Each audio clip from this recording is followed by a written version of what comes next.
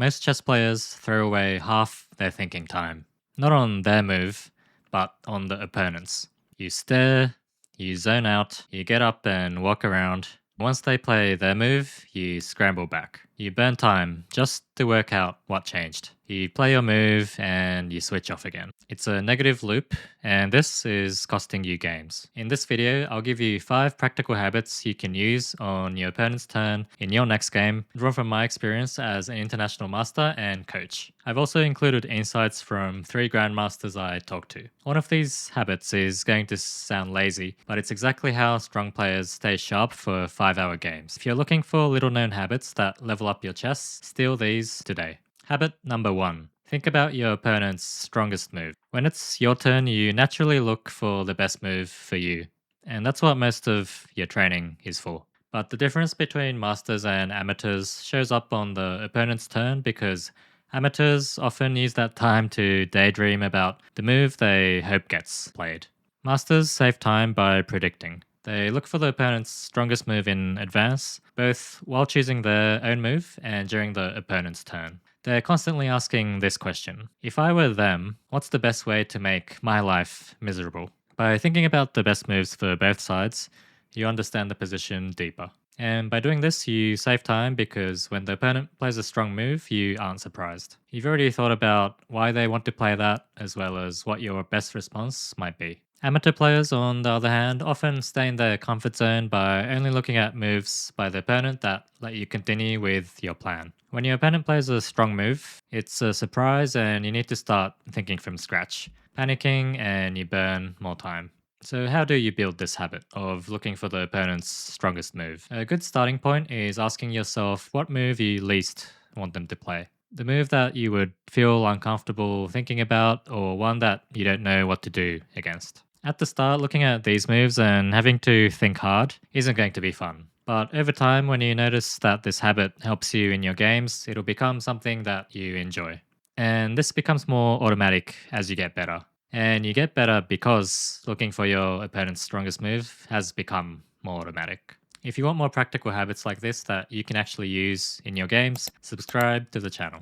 And here's proof this matters at the very top as well. Australian Grandmaster and legend Ian Rogers told me a story about Anand. When Anand was 15 or 16, he was playing classical games at an incredible pace. He would barely use any time on the clock, and Ian saw this in person. His conclusion was that Anand's time advantage came from using the opponent's time to do the real work, so predicting moves and calculating the key lines. So when it was his turn, he was basically just double checking. And this shows a glimpse of how far you can take this skill, or art, of thinking on the opponent's turn. Habit number 2. Think about the plans for both sides. The problem with locking in and calculating a lot on your opponent's turn is that you don't know what they're going to play. So most of the lines that you look at might be wasted if they play another move that you didn't even look at. And if you do calculate intensely like that, you can tire yourself out quickly. So when it's your opponent's move, zoom out and think about the bigger picture. Taiwanese grandmaster and coach Raymond Song told me he thinks about these 5 things. I'll show you positions from 2 of my tournament games to illustrate each question in practice. Number 1, which is my worst placed piece? In this position as black, there are a few pieces, black's pieces that don't look impressive, but the knight on b6 especially isn't doing much at all.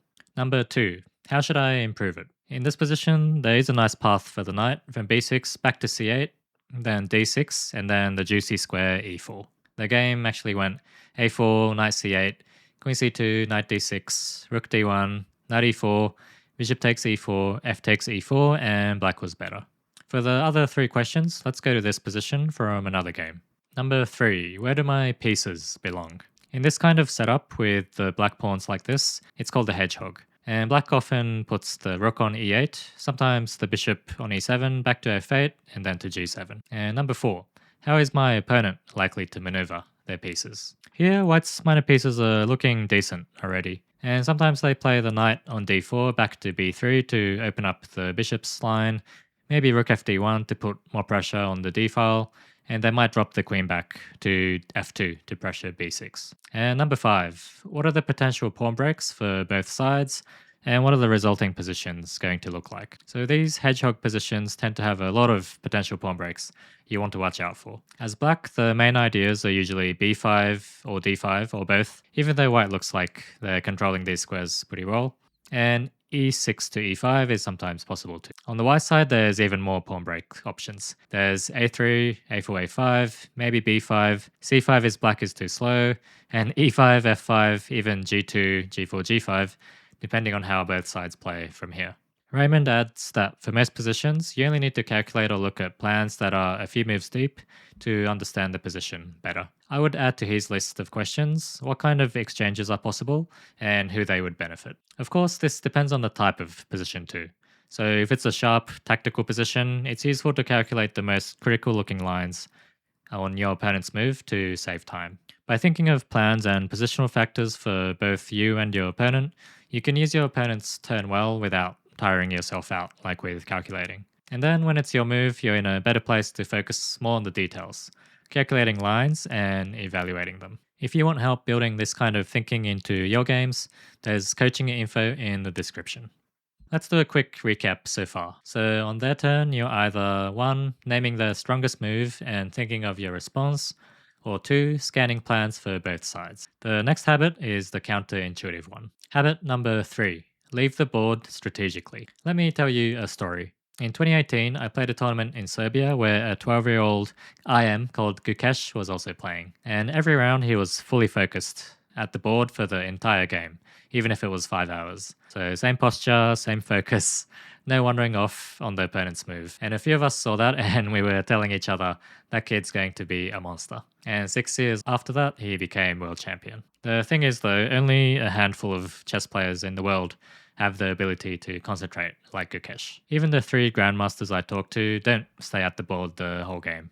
And tournament games take a lot of stamina, so getting up from the board and walking around does have the benefit of letting your mind rest when it's your opponent's move. As Ian told me, when you return to the board, you can often view the position with fresh eyes and see new ideas. So it is important to conserve energy through the game by getting up, stretching your legs, and taking a breather. But let's be honest here. Almost all of us can work harder on our opponent's turn. If it's a critical position, you should be calculating. And if it's a quiet position, you should think of strong moves for the opponent and plans for both sides. With every game you play, you can train your focus and stamina this way on your opponent's turn. Here's the rule you can follow. Don't leave the board until you've done the work. So if you can't even say 1 or 2 options at that point you think your opponent might choose, think twice about leaving the board. Once you realize how much scope there is to improve the way you use your opponent's turn, you might be emulating Gukesh and focusing at the board like him soon. Habit number 4.